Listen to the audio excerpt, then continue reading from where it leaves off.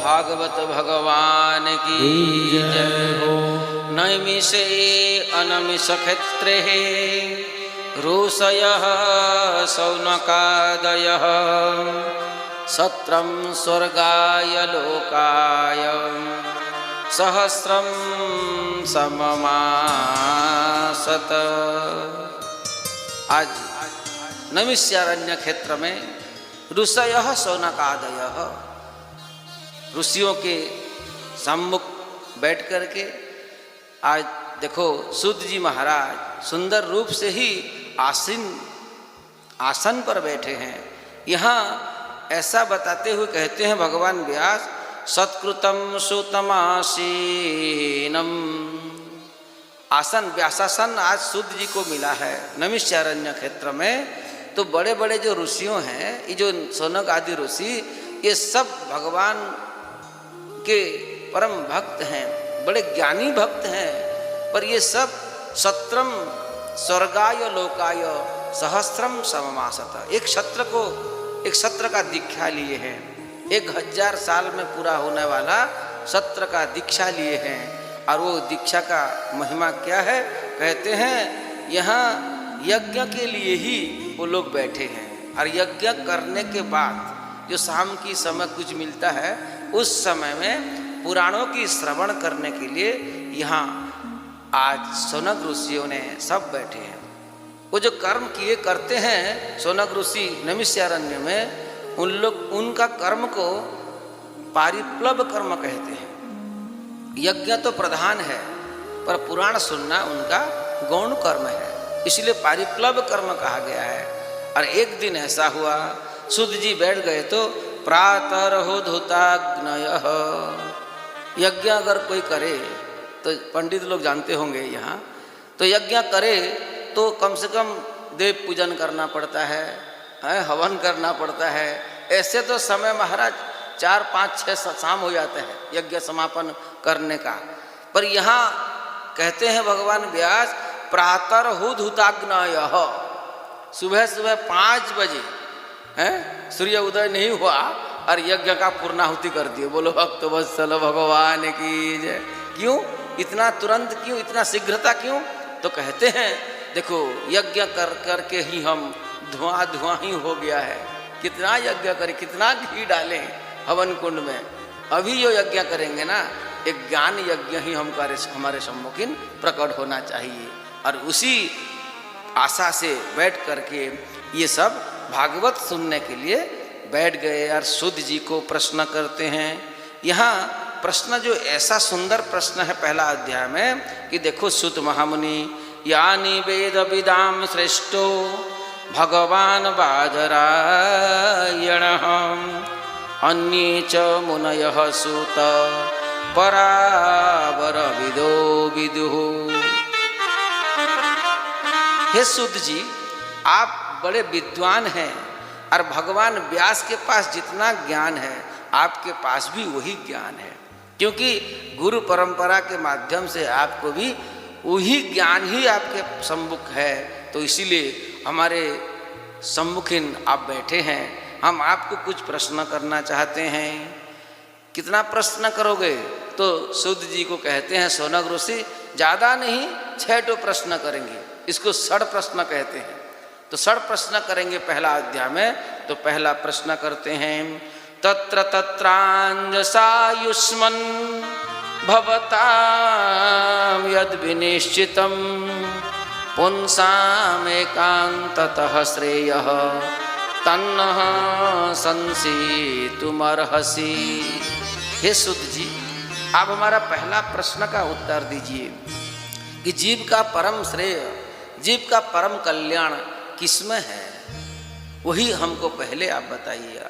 और दूसरा प्रश्न क्या कहते हैं, अतः साधो अत्र यत्सारं समुद्धृत्य मनीषया ब्रूहि न श्रद्धानानां येनात्मा संप्रसीदति। देखो सूत जी, हम ये प्रश्न करना चाहते हैं, दूसरा प्रश्न, कि सार तो पाना, कलयुग तो आने वाला है, सार तो मिलना मुश्किल है। इम्पोर्टेड आइटम मिलना भारी कठिन है कलयुग में, है कि नहीं? ब्रांडेड आइटम पाना मुश्किल है भैया। पर यहाँ देखो सूत जी को यही बताते हुए कहते हैं कितना शास्त्र है। सूत जी बोले शास्त्र का तो कोई महिमा ही अपरंपार है। कितना विद्या है? तो कहते हैं अपार विद्या है। साधना कितना है? अपार है। विधि विधान बहुत सारा है। पर हम जानना चाहते हैं बड़े बड़े जो महात्मा हैं, बड़े बड़े जो ऋषि मुनि हुए हैं, इनका तो सभी का मत तो एक है भैया। मत तो अलग नहीं होता, एक मत में ही सब चलते हैं। कोई अगर बोले मेरा मत, वो बोलता है मेरा मत। अरे किसी का मत नहीं है, सभी का शास्त्र का मत है। भागवत जो बोलेंगे उसी मत से सब चलेंगे। श्री भगवत गीता जो बोलेंगे उसी के पीछे सब चलेंगे। तो इसीलिए शास्त्र भले ही ज़्यादा हो, अनंत हो, विद्या भले ही अनंत हो, पर जितने महात्मा भी अनंत हैं, पर सभी महात्मा एक सूत्र में बंधे हुए हैं। महात्माओं में महात्माओं का भेद नहीं देखना चाहिए, क्योंकि हर महात्मा एक मत में ही चलते हैं। अनंत शास्त्रम बहुला च विद्या नैको मुनिर्यस्य मतं न भिन्नं धर्मस्य तत्त्वं निहितं गुहायां महाजनो जेन गतः स पंथः। हे सूत जी, जो बड़े बड़े महात्मा हैं वो जो पंथा जो मार्ग में गए हैं उसी मार्ग के पीछे अगर हम भी जाएं तो कौन सा मार्ग है? इसीलिए हम पूछना चाहते हैं, अगर कोई विदेश को जाना चाहेगा तो पहले ज़माने का बात बता रहे हैं। बड़े बड़े महात्मा बुजुर्ग महात्मा लोग ये कहते हैं, सुनी सुनाई बात नहीं, माने ऐसे ही अगर सुनोगे तो मालूम पड़ जाएगा। अगर विदेश जाओगे आप समुंदर में, पहले तो उड़ान जहाज था नहीं, एरोप्लेन, तो जहाज जो जाते थे विदेशों में तो बड़ा जहाज नदी के किनारे रहता है कि बड़ा जहाज समुंदर के किनारे रहता है कि समुंदर के बीच में रहता है? थोड़ा बीच में रहता है, बड़ा जहाज है। तो यहाँ शौनक ऋषि को, सूत जी को शौनक ऋषि कहते हैं कि अगर बड़े जहाज में बैठना है तो आप क्या करोगे? हैं? छोटा नाव का आवश्यक पड़ता है कि नहीं? तो मानो जहाँ बड़ा जहाज लगता है, कुंभ मेला में जो गए होंगे संगम में, तो कितना जहाज था, कितना नौका था? बहुत नौका होता है कि नहीं? हजार हजार नौका वाले आते हैं। तो बड़े जहाज में बिठाने के लिए, ऐसे सवारी लेने के लिए तो बहुत सारा नौका होगा। तो वही नौका में बैठने के बाद वो छोटा वाला नौका वो बड़े जहाज के पास आपको जा कर के छोड़ देगा। तो यहाँ बड़े जहाज में बैठने के लिए छोटा नाव का सहारा हमको लेना पड़ता है। तो ऐसे अनेक साधना ऐसे है। तो एक साधन आप बताइए, एक सार बताइए जिसको हम सुन लेंगे और जिसको हम सुन करके संप्रसीदति। कहते हैं कि एक सार बात बताइए। अनंत शास्त्र हैं, किसी के पास और समय नहीं है। कितना शास्त्र पढ़ोगे? कलयुग में तो समय का भी अभाव रहेगा, इसलिए अनंत शास्त्र का सार ही आप बताइए। तीसरा प्रश्न करते हुए कहते हैं, सुत्तम जानासि भद्रम ते भगवान सात्पतां पतिः देवक्यां वसुदेवस्य यातो यस्य चिकीर्षया। तीसरा प्रश्न है, हे सूत जी, कि हम जानते हैं वो तो अखिलाधिपति मधुराधिपति ब्रह्मांड बिहारी वासुदेव भगवान श्याम सुंदर वो देवकी के घर में क्यों पैदा हुए? देवकी और वसुदेव के घर में भगवान क्यों पैदा हुए? ये हमारा तीसरा प्रश्न है। और जानते हैं हे सूत जी, ये कलयुग जब आ जाएगा ना, आ ही गया है मानो, तो ये संसारी जीव संसार में तो हर समय भ्रमण करते रहेंगे, तो इनका मुक्ति तो होना कठिन है। अगर भगवान अगर देवकी के गर्भ में आए हैं तो उन्हीं भगवान के नाम को अगर कोई भी भाव से हो, अगर मुखारविंद से उच्चारण कर लिया कि जपन कर लिया कि श्रवण कर लिया, तो उसका कल्याण निश्चित है। आपन्न संस्कृतिम घोराम यन्नाम विवशो गुणन ततः सद्यो विमोच्येत यद विभेति स्वयं भयम। कि भगवान का नाम को अगर भय भी सुन लेता है तो भय को भी भय हो जाता है। इसलिए आप हमारे प्रश्नों का उत्तर दीजिए। चौथा प्रश्न करते हैं सूत जी को कि भगवान यहाँ अवतार लेने के बाद कौन कौन सा लीला किए, कौन कौन से लीला किए। और पांचवा प्रश्न है, देखो भगवान के कितने अवतार हुआ, ये अवतार प्रसंग भी आप बताइएगा। यहाँ बहुत सुंदर रूप से अरबी आचार्यों ने टीका किए हैं। कहते हैं देखो वसुदेव और नंद महाराज, ये दोनों का नाम भी वसुदेव है और यशोदा भी देवकी के नाम है और यशोदा देवकी के नाम है, देवकी भी यशोदा, एक देवकी के नाम यशोदा भी है और यशोदा का नाम देवकी है। ऐसे नंद का नाम भी वसुदेव है और वसुदेव के नाम भी नंद है। तो कहने का अभिप्राय है कि दोनों के गृह में जो लीला हुआ है, वसुदेव के गृह में भी जो लीला हुआ मथुरा में, उसी को भी आप बताइएगा अवतार प्रसंग में लीला को, और ये नंद के घर में भी जो लीला हुआ उसी को भी बताइएगा। और देखो कितना अवतार हुए भगवान का वो भी बताइएगा। और अंतिम प्रश्न करते हैं, ब्रूहि जोगेश्वरे कृष्णे ब्रह्मण्ये धर्म वर्मणि स्वान काष्ठान अधुनोपेते धर्मम कम शरणम गतः। देखो भगवान ये धराधाम में जब तक थे उतना दिन तो कली आया ही नहीं, और जब भगवान ये धराधाम से अपना परम धाम को अंतर्ध्यान होकर के चले जाते हैं तो धर्म जो है ना ये किसका शरण में आश्रय लेता है। धर्मम कम शरणम गतः, धर्म किसके आश्रय में रहता है वो सब आप बताइएगा। अब सूत जी को ये प्रश्न ऐसा मीठा लगा महाराज, तो सूत जी यहाँ कृतकृत्य हो गए। बोले देखो शौनक ऋषियों, हम पहले ये बात तो आपको बताएंगे, पर सब कुछ अगर बताएंगे ना तो गुरु कृपा जरूरी होता है। गुरु कृपा ही केवलम, हम अपना मन से नहीं बताएंगे, शास्त्र को भी हम ऐसे नहीं जाने हैं, गुरु कृपा से ही हम शास्त्र का सार को सुने हैं। तो वही गुरु कृपा ही हमारे सम्मुखीन अभी है, इसलिए हम हमारे गुरुदेव को ही पहले प्रणाम करते हैं। यम प्रव्रजन्तम मनोपेत कृत्यम दैपायनो विरह कातर जुहाव पुत्रेति तन्मयतया तरवोभिनेदुस् तम सर्वभूतं हृदयं मुनिमानतोस्मि। मैं मेरे गुरुदेव सुखदेव जी को ही पहले प्रणाम करता हूँ, क्योंकि उन्हीं के मुखारविंद से ही मेरे को सार गर्भक बात सिद्धांत मेरे को प्राप्त हुआ है। क्योंकि मैं जो सिद्धांत के आज अधिकारी हूँ और सर्व सिद्धांत सिद्ध, मैं जो आपको बताने के लिए अभी बैठा हूँ आसन में, तो ये सर्व सिद्धांत सिद्ध, अर्थात सिद्धांत के ऊपर भी अगर कोई सिद्धांत है वो सार की बात मैं बताऊंगा आपको। इसलिए मेरा गुरुदेव पहला ये सुखदेव जी ही हैं, और वही सुखदेव जी ये संसार के हर जीवों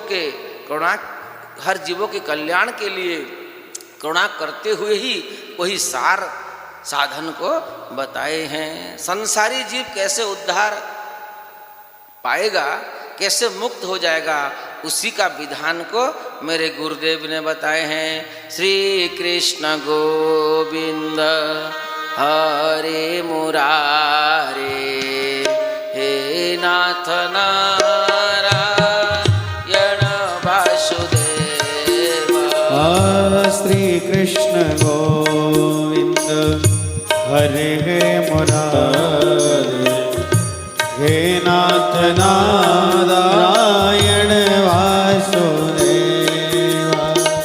यह स्वानुभावम् अखिल श्रुति सारमेकम्, यह स्वानुभावम् अखिल श्रुति सारमेकम्, आद्य तीर्षतां तमोन्धम् आध्यात्मदीपमतिति तीर्षतां तमोन्धम् संसारिणां करुणायाहं संसारिणां करुणायाहं पुराणगुह्यं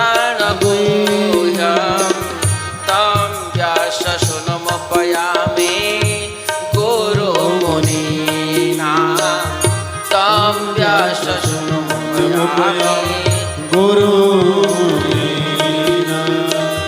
श्री कृष्ण गोविंद हरे मुरारी हे नाथ नारायण वासुदेव। श्री कृष्ण गोविंद हरे मुरारी हे नाथ नारायण वासुदेव। नारायणं नमस्कृत्यं नरं चैव नरोत्तमं नारायणं नमस्कृत्य नरं चैव नरोत्तमं देवीं सरस्वतीं व्यासं ततो जयमुदीरये देवीं सरस्वती व्यासं ततो जयमुदीरये। नारायणं नमस्कृत्यं नरं चैव नरोत्तमं देवीं सरस्वतीं व्यासं ततो जयमुदीरये देवीं सरस्वती व्यासं ततो जयमुदीरये। यः स्वानुभावं श्रुतिसारमेकं यस्वानुभावमखिलं श्रुतिसारमेकम् आध्यात्मदीपमतिति तीर्षतां तमोन्धम् आध्यात्मदीपमतिति तमोन्धम् संसारिणां करुणायाहं पुराणगुह्यं तं व्यासशृणुमुपयामि गुरुमुनीना तं व्यासशृणुमुपयामि गुरुमुनीना। श्री कृष्ण गोविंद हरे मुरारे श्री कृष्ण गोविंद हरे मुरारे हे नाथ नारायण वासुदेव। हे नाथ नारायण वासुदेव। हे नाथ नारायण वासुदेव। आज देखिए हे सोनक जी, हम तो गुरु की कृपा के बल पर ही आपको बता रहे हैं। किम श्रेयः, आप पूछे थे कल्याण क्या है, तो उसका उत्तर सुनिए। सबई पुंसाम परो धर्मो यतो भक्तिर अधोक्षजे अहेतुकी अप्रतिहता ययात्मा संप्रसीदति। हे सोनक, सबई पुंसाम परो धर्मो यतो भक्तिर अधोक्षजे। परम धर्म का स्वरूप ही है जिसका नाम है अहेतु की भक्ति। और ये अहेतु की भक्ति जो है ना, यहाँ सुनो, ये अप्रतिहत भक्ति होना चाहिए। क्यों? भक्ति जो है, अगर तुम अपना कल्याण को कोई भी चाहे तो भक्ति में प्रतिहत दोष नहीं होना चाहिए। यानी कि यहाँ सूचना देते हुए कहते हैं, अगर तुमको कोई वस्तु प्राप्ति नहीं हुआ है, मकान प्राप्ति नहीं हुआ है, धन संपत्ति की प्राप्ति नहीं हुआ है, तो सकाम भक्ति करने से पहले सोच लेना चाहिए। सकाम भक्ति अगर करोगे तो उसमें प्रतिहत दोष है, क्योंकि भक्ति के बल पर अगर तुम साधन मिल भी जाएगा, धन संपत्ति पा भी लोगे, तो पा लेने के बाद भक्ति में जो शिथिलता आ जाती है, इसी का नाम है प्रतिहत। तो ऐसा अप्रतिहत अगर है तो कुछ नहीं चाहिए भैया। भगवान की करुणा, भगवान के नाम रूप लीला धाम में ही हम डूबे रहें। ये जो है ना, भक्ति में इसी में अप्रतिहता दोष नहीं होता है। और जब अप्रतिहता भक्ति हो जाता है तो जीव का कल्याण सुनिश्चित है। बोलो भक्त वत्सल भगवान की जय। इसलिए देखो भक्ति योग वासुदेव भगवती भक्ति योग प्रयोजित जनयत्यासु वैराग्यम ज्ञानम च यधैतुकम। ये ज्ञान वैराग्य भी अप्रतिहत होना चाहिए। प्रतिहत ज्ञान भी काम का नहीं है और प्रतिहत वैराग्य भी काम का नहीं है। इसलिए वैराग्य में भी अप्रतिहत होना चाहिए। इसलिए मैं आपको बता रहा हूँ ये कल्याण की परम स्वभाव है कि ज्ञान वैराग्य भक्ति ये तीनों अप्रतिहत होना चाहिए। यानी कि भगवान में निष्काम प्रेम होना चाहिए। निष्काम भावना से किया गया प्रेम ही भगवान को प्रदान कर सकता है। इसी को ही भागवत में परम धर्म के स्वरूप परम धर्म के नाम पर ही जाना गया है। क्योंकि भागवत धर्म ऐसा एक धर्म है यहाँ तुम निष्काम से ही भगवान को पा लोगे। कुछ यहाँ कामना करने की आवश्यकता नहीं है।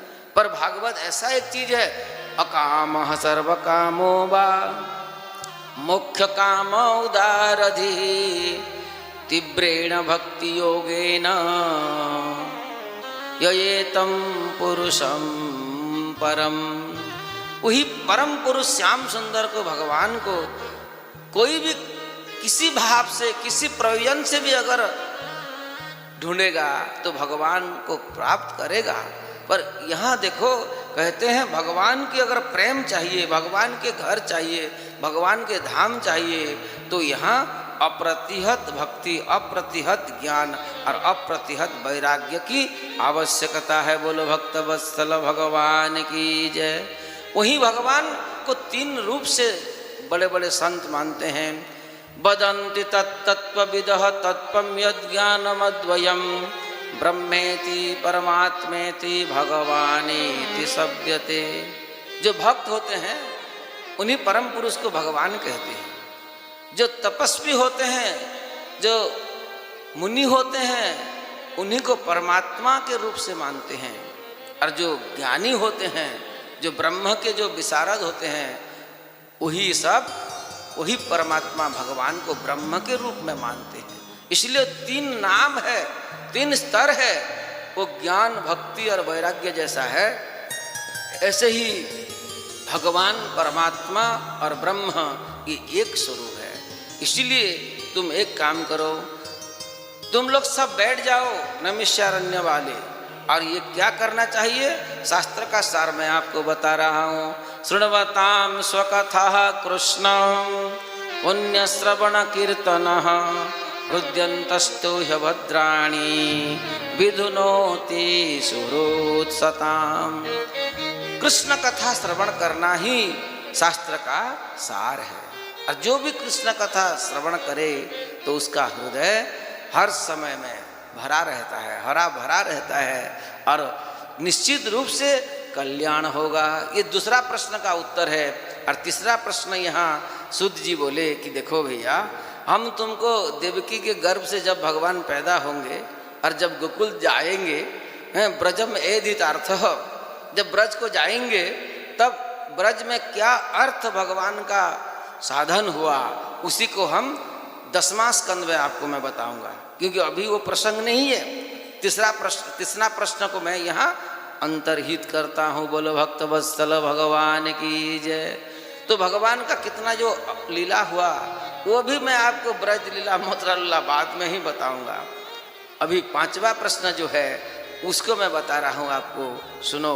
क्योंकि 5वां प्रश्न है अवतार के प्रसंग। और अवतार के प्रसंग से पहले बाद में एक प्रश्न हुआ है कि धर्मम कम शरणम गतः धर्म किसके आश्रम में गया। तो एक ही मैं बात बताऊंगा। धर्म का एकमात्र आश्रय स्थान है। बोलो श्रीमद् भागवत भगवान की जय। भागवत में ही वही परम धर्म छुपा हुआ है। इसलिए भागवत में जो परम धर्म छुपा हुआ है वही परम धर्म को अगर कोई प्राप्त करना चाहता है तो इसमें भी सिद्धांत बताते हैं कैसे ये भागवत में तुम परम धर्म को संपादन कैसे करोगे। यहाँ एकादश स्कंद में निमि नवद योगेश्वर संवाद का जो दूसरा अध्याय है, एकादश स्कंद में दूसरा अध्याय है, उसी में सुंदर रूप से कहते हैं कि भागवत धर्म का महिमा कहते हुए वर्णन कर रहे हैं कि भागवत धर्म कैसा महिमा है। ये वै भागवता प्रोक्ता उपायात्मलब्धये अंजः पुंसाम अविदुषाम विद्धिं भागवतान् हितान् यानास्थाय नरो राजन् न प्रमाद्येत कर्हिचित् धावन् निमील्य वा नेत्रे न स्खले न पतेदिह। कोई भी भागवत धर्म में जाए ना, उसका पतन कभी नहीं होगा, यह गारंटी है। भागवत धर्म में किसी का पतन नहीं होता। इसीलिए भागवत धर्म में कैसा महिमा है। देखो भागवत धर्म में क्या क्या करना चाहिए। कायेन वाचा मनसेन्द्रियैर्वा बुद्ध्यात्मना वा अनुसृत स्वभावात् करोति यद्यत् सकलं परस्मै नारायणायेति समर्पयेत्। श्री कृष्ण गोविंद हरे मुरारी हे नाथ नारायण वासुदेव। शृण्वन् सुभद्राणि रथाङ्गपाणेर्जन्मानि कर्माणि च यानि लोके गीतानि नामानि तदर्थकानि गायन् विलज्यो विचरेद सङ्गः। श्री कृष्ण गोविंद हरे मुरारी हे नाथ नारायण वासुदेव। श्री कृष्ण गोविंद हरे मुरारी हे नाथ नारायण वासुदेव। आह, कायेन वाचा मनसेन्द्रियैर्वा बुद्ध्यात्मना वा अनुसृत स्वभावात् करोति यद्यत् सकलं परस्मै नारायणायेति समर्पयेत्। जो भी तुम्हारा मन से, बुद्धि से, शरीर से, व्यवहार से, लोक व्यवहार से, और जब जो भी करोगे अगर भगवान में समर्पण करोगे तो यही भागवत धर्म हो जाता है। और उसके बाद क्या होता है, उसी भागवत धर्म में श्रवण करने से सुभद्राणी तुरंत कल्याण होता है। किसी का रथांग पाणे, भगवान का क्या सुनना चाहिए। जन्मानि कर्माणि, भगवान के जन्म को सुनना, भगवान का कर्म को सुनना, ये भागवत धर्म का महिमा है। और जिसको तुम सुनोगे उसको क्या करोगे। गीतानि नामानि तदर्थकानि, गीतानि नामानि तदर्थकानि गायत् विलज्यो विचरेत् असङ्गः।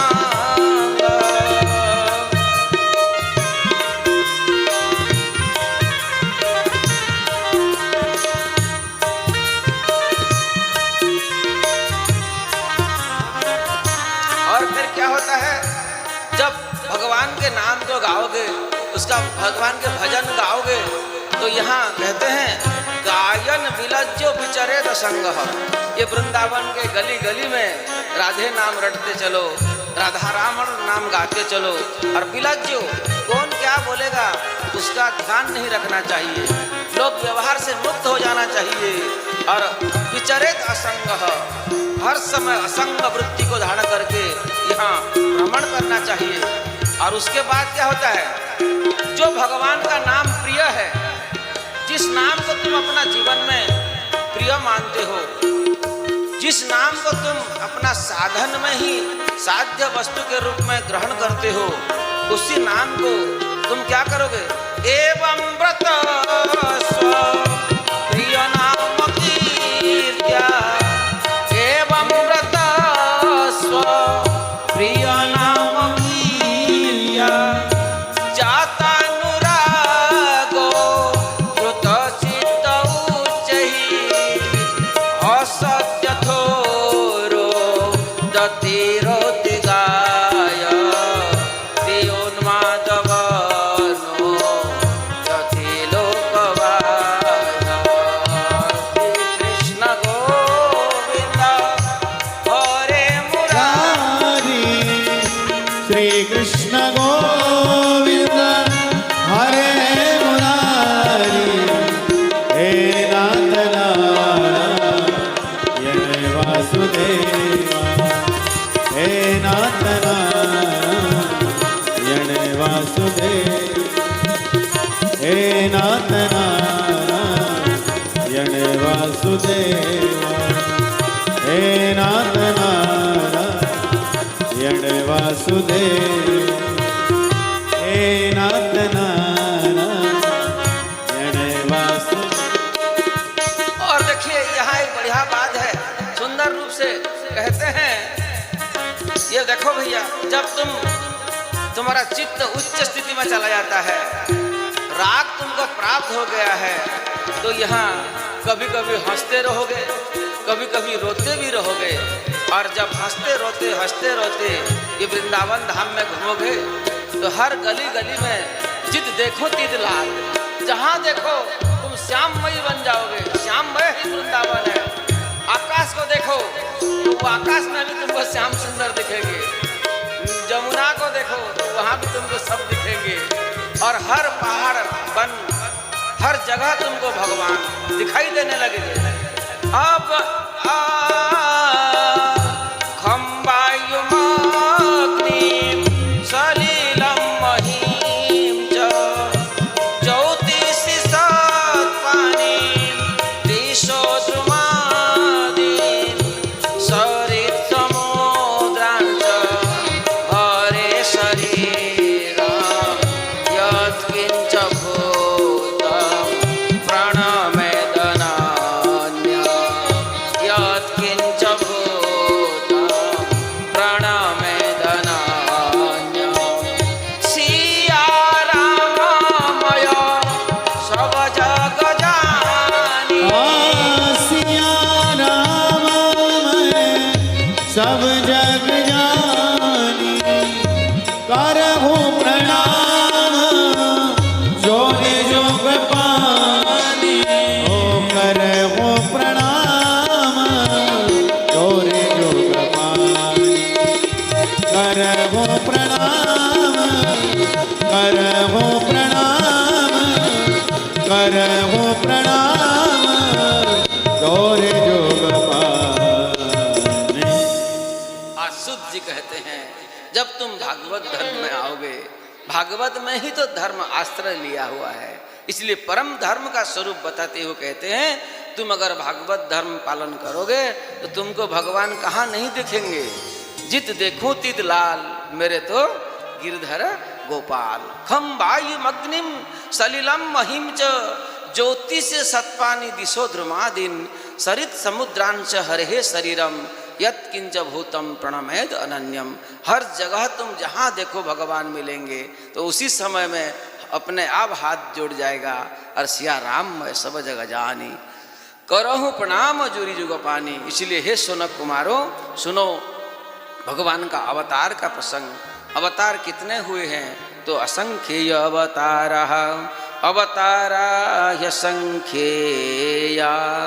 देखो भगवान का कितना अवतार अगर तुम देखोगे तो आज तक ब्रह्मांड में, इस ब्रह्मांड में 24 अवतार की बात कहे हैं, और 24 अवतार में भी द्वापर युग तक 22 अवतार बताया गया था, और कलयुग में तो कल की अवतार और निश्चित रूप से बुद्ध अवतार की तो महिमा हो गया है। तो 24 अवतार की महिमा गिनाए हुए श्री सुद जी कहते हैं कि देखो ऋषियों, मैं क्या बताऊं ये अवतार का महिमा, क्योंकि अवतार जो होता है ना, ये हर प्रयोजन को लेकर के ही अवतार होते हैं भगवान। ये ब्रह्मांड को पालन करने के लिए, अनेक व्यवस्था को बनाने के लिए पहला अवतार बताते हो कहते हैं देखो कुमार रूप में, कुमार सर्ग में ब्रह्मा के 4 मानस पुत्र के रूप में भगवान का अवतार हुआ। बोल सनकादिक भगवान की जय। दूसरा अवतार भगवान का है, बहुत सुंदर बात बताते हुए सोकरम बपुहु बोल बराह भगवान की जय। ऐसे कर करके एक एक करके भगवान के 22 अवतार तक गिनाए। तो यहाँ शौनक ऋषियों के मन में ये जम गया कि अवतार को तो हम सुनेंगे आगे, आप इसी को एक एक करके हम पूछेंगे। आप ध्यान में रखिएगा हे सुध जी, हम जिस समय में आपको जो अवतार की बात बताएंगे पूछेंगे आप उसी अवतार को कहिएगा। तो ठीक है। तो भगवान जैसे जानते हो शौनक ऋषि, ये जो पहाड़ में जैसे नदी कैसे आता है, पहाड़ में इतना पानी आता है, तालाब अगर हो गया, अक्षय तालाब अगर पहाड़ के ऊपर हो गया तो यहाँ अक्षय तालाब से कितना पानी आता है, कभी खत्म होने वाला नहीं होता है। ऐसे ही अक्षय तालाब जैसा अगर पहाड़ के ऊपर है, जैसा पानी नीचे हर समय आएगा, ऐसे भगवान का कितना अवतार है, ये अवतार को गिनना ये भी अज्ञानता है। क्योंकि अगर अवतार के महिमा में अगर हम घुसेंगे हे शौनक ऋषियों तो बाल बुद्धि कहा जाएगा। यो बा अनंतस्य गुणान अनंता ननुक्रमिष्यन् सतु बाल बुद्धि रजांसि भूमेर गणयेत कथंचत। अर्थात इतना भी अवतार है, अवतार के बारे में आप मत पूछो, सिर्फ इतना ही जानो जय जय मीन बराह कमठ नर हरि बलि वामन परशुराम रघुवीर कृष्ण कीरति जग पावन बुद्ध कल की अरु व्यास पृथु हरिहंस मन्वंतर यज्ञ ऋषभ यग्रीव ध्रीव बरदेन धन्वंतर बद्रीपति दत्त कपिल देव सनकादिक करुणा करो 24 रूप लीला रुचिर श्री अग्रदास उरपद धरो बोल भक्त वत्सल भगवान की जय।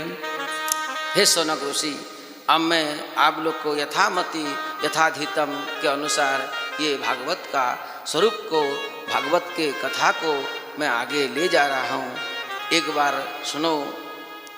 तुम जो पूछ रहे थे भागवत धर्म में भागवत का महिमा, ऐसा भी महिमा हुआ है। एक द्वापर काल में भगवान के अवतार जो व्यास के रूप में हुआ, वही व्यास जी का जन्म का महिमा बहुत अद्भुत है, जानते हो। तो शौनक ऋषियों ने बोले कि सुत सुत महाभाग बदनो बदतांबरम कथाम भागवती पुण्या यदाह भगवाजुक। कस्मिन युगे, किस युग में, प्रवृत्तेयम, किस युग में ये भागवत का महिमा को या भागवत का निरूपण हुआ, कौन सा स्थान था और क्यों भगवान व्यास कृष्ण द्वैपायन व्यास इसको वर्णन किए। अगर वर्णन भी किए, निरूपण किए तो तस्य पुत्र महायोगी समन्द्रोग निर्विकल्पकः एकांतमति उन्निंद्रो गूढ़ो मूढ़ इवेयते। ऐसे एकांतमति और उन्निंद्रो, जिसको इंद्रिय का कोई भान ही नहीं है, सांसारिक ध्यान ही नहीं है, ऐसे निर्विकल्प समाधि में रहने वाला अपना पुत्र सुखदेव जी को ये भागवत क्यों पढ़ा है। और देखो हम क्या बताएं हे सुध जी, आप तो सब जानते ही हैं। तो व्यास जी का अवतार कैसा हुआ आप बताइए। व्यास जी अवतार लेकर के क्या किए। तो यहाँ सुध जी कहते हैं द्वापरे समनो प्राप्ते तृतीय युग पर्जये जातः पराशराद योगिम वासव्याम कलया हरे। एक बार ऐसा हुआ कि पराशर जी के औरत से और सत्यवती के गर्भ से वासव्याम, वासव्याम शब्द का अर्थ है व्यास जी के माता का नाम वासवी, वही वासवी देवी के गर्भ से कौन पैदा हुए, परावरज्ञ सरोषि। व्यास जी